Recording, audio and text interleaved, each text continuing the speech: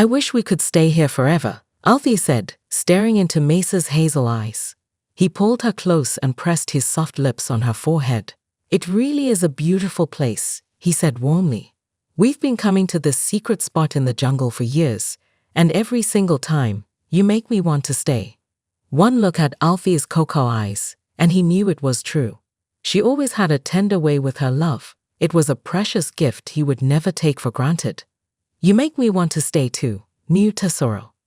Alfie's nickname for Mesa meant my treasure, and every time she said it, his spirit soared to new heights. Her blue floral dress was drenched, but she didn't care. The sun was shining, the birds were singing, and the red lilies were fluttering in the light breeze. The love of her life was by her side, and nothing else mattered. A small drop of water rolled down Mesa's cheek, and Althea quickly kissed it away. Oh, my love, you are soaked to the bone.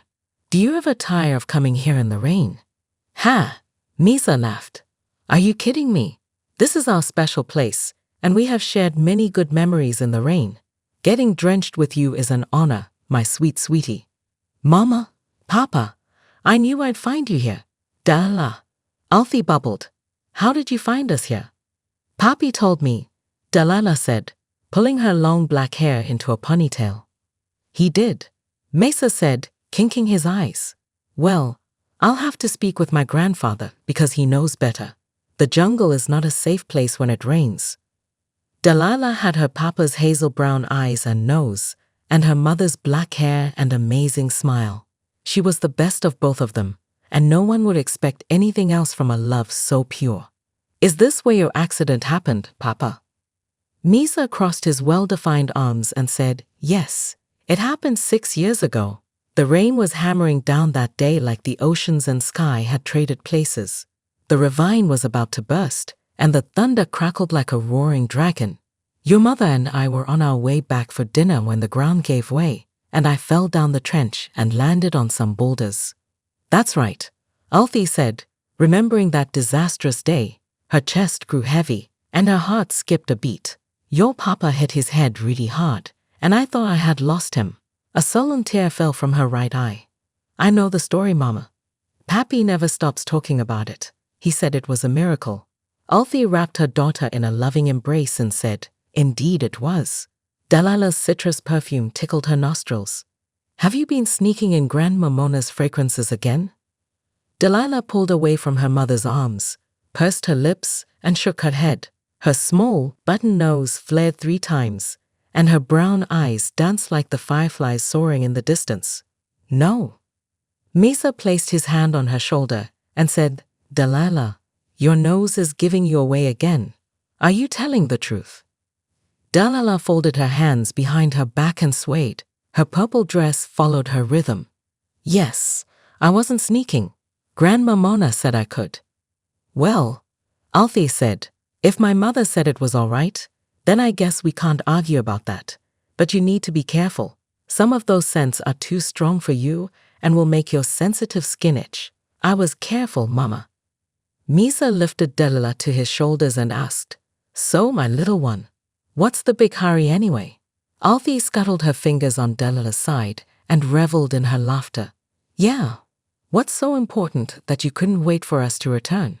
Ha ha ha. Delilah laughed. She reached into her dress pocket and pulled out a brown piece of paper. This is what I wanted to tell you about. Mesa unfolded the soggy parchment and handed it to Althea. Althea raised her eyebrows and gleamed. This is the invitation to the annual fall dance contest. Oh my goodness, Mesa beamed. How did we forget about that? I knew you would forget, Delilah admitted with wide eyes. Papi reminded me when we saw the poster in the market. He started talking about his dancing days and got me excited to see you two at the competition. Of course he did, Mesa laughed. Althea folded the invitation and tucked it away. I know why we forgot. It was raining the day we signed up for the contest, and our groceries were getting soaked, so we rushed home and must have forgotten all about it. That's right, Mesa said. We love new challenges and thought it would be fun even though. Even though what, Papa? Delilah asked, bouncing in his arms. Well, my angel, Alfie said. You see, Your papa and I can't. Can't what? Althea's eyes met Mesa's, and they said in harmony, we can't dance. Delilah's eyes grew 2 times larger. What? You guys are so funny. You and Papa are always dancing in the rain. We're serious, Mesa said. We honestly can't dance.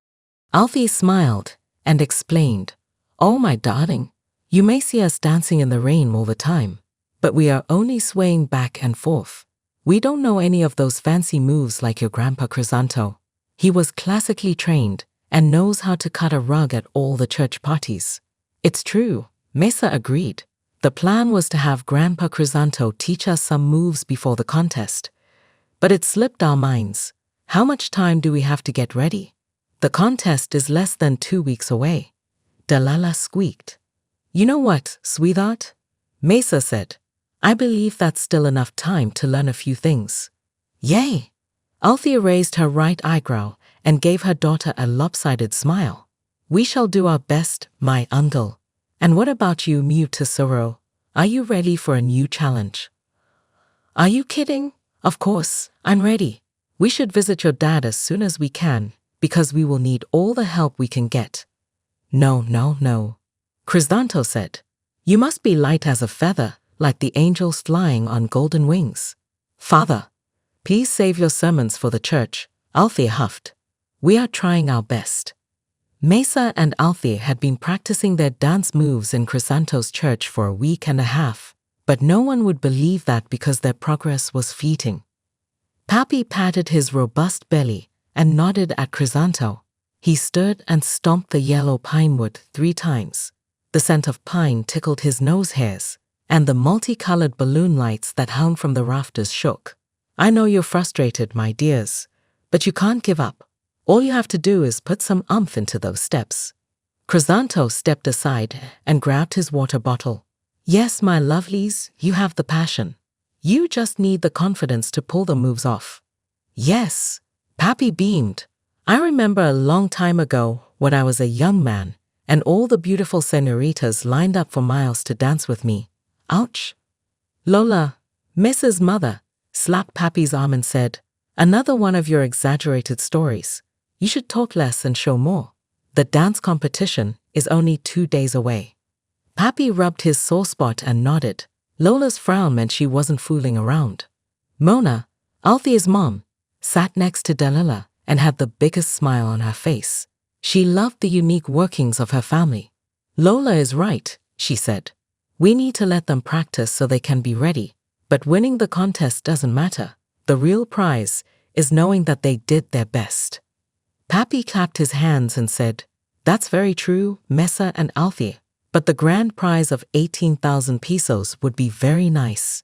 Now, watch my fancy moves and practice them well, for they will bring you that winning prize. He held his arms in an A shape and spun around the dance floor 3 times. When he leaped like a ballerina, his feet had forgotten how to fly, and he crash-landed on his belly. A slow and long flatulence soon followed. Everyone held their noses and laughed. Happy was quite the character. Mesa grabbed Althea's tiny hands and pulled her into his firm chest. Let's keep going, sweetie. We still have 2 days to practice. Okay, she said softly. I want Delilah to see we did our best and never back down from challenges. Yep, this is for all of us, my love. The annual fall dance contest was in full bloom, with dancers from all over the country. A colorful rainbow of dresses and suits filled the dance hall in the village gymnasium. Pink and blue ribbons hung from the rafters, and bright party lights filled the dance floor with a golden aura of energy. Balloons, big and small, littered the walls, and every round table in the building had a burgundy tablecloth with red lilies at the center. The smell of fresh food and good drinks meant the evening was in full swing.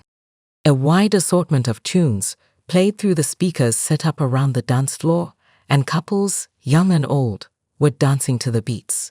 The competition was pretty straightforward. A group of judges would walk around the floor and observe the best dancers. Every couple had a unique number, and at the end of each song, they would call out the winning numbers until only one couple remained. The losers would have to exit the dance floor and watch the others. Althea and Mesa walked into the gymnasium and gasped. Everyone was dressed in their best clothes, and Mesa was glad he had his black tuxedo dry cleaned. He truly was the king of the ball. Althea was wearing a green lace dress with matching high heels. Her black hair dangled around her long gemstone earrings, and her smile lit up the room.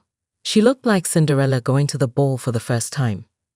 Mesa extended his hand and asked, "Are you ready to shake a leg, my high-heeled princess?" Althea accepted his hand and kissed his palm. "To dance with you, new to sorrow, always." Della, Papi, Lola, Mona, and Crisanto sat near the dance floor so they wouldn't miss the action. Their dinner plates were full of savory food, and fruit punch filled their red solo cups. "This is it," Papi said with an eager smile. "Now we will separate the losers from the winners." "Mind your manners, Papi," Lola scolded. "We must pray that everyone has fun tonight," Crisanto said, bowing his head. "Amen," Mona prayed. "That is the most important thing." Delilah wore a purple dress with matching slip-on shoes, and her black hair was styled in a wavy pattern behind her ears. She took a big gulp of fruit punch, stood on her chair, and yelled, "You can do it, Mom and Dad, you got this." The place was jumping to the beats, and with each new song, Mesa and Alfie took turns stepping on each other's toes. There were so many people they hoped the judges wouldn't notice. 3 rounds had passed, and they were still in the running. Suddenly, "The Year of the Cat" by Al Stewart blasted through the speakers. It was Althea's favorite song, and she was ready to prance around. "That's my song," she yelled. "Let's bougie, my King Mesa." "Ha ha," Mesa laughed. "You got it, sweetheart." Mesa grabbed Alfie's left hand and twirled her around. Her dress spiraled like a fully bloomed daisy falling from the heavens. When Alfie came back around to meet Mesa's hand, her pear-shaped wedding ring hit his finger and fell to the floor. "Oh no," Alfie cried. "I must get it." She bent over and spun around multiple times, trying to find the symbol of their marriage. Everyone stood back and watched her twirl. Mesa, in turn, stooped over to help her investigation. Some people laughed while others cheered. "Wow!" Delilah shouted through the gasps. "That's the best new dance move I've ever seen." "Go for the gold," Papi shouted. His hands were clasped together, giving them the old hooray. "Sit down," Lola scolded. "You're making a scene." Crisanto and Mona clapped their hands and smiled. "It's good to see our kids having fun," Mona said. "Indeed, it is," Crisanto agreed. At long last, Alfie found her ring and put it back on her finger. When she rose with Mesa, everyone, including the judges, cheered wildly. Another round and another victory were behind them.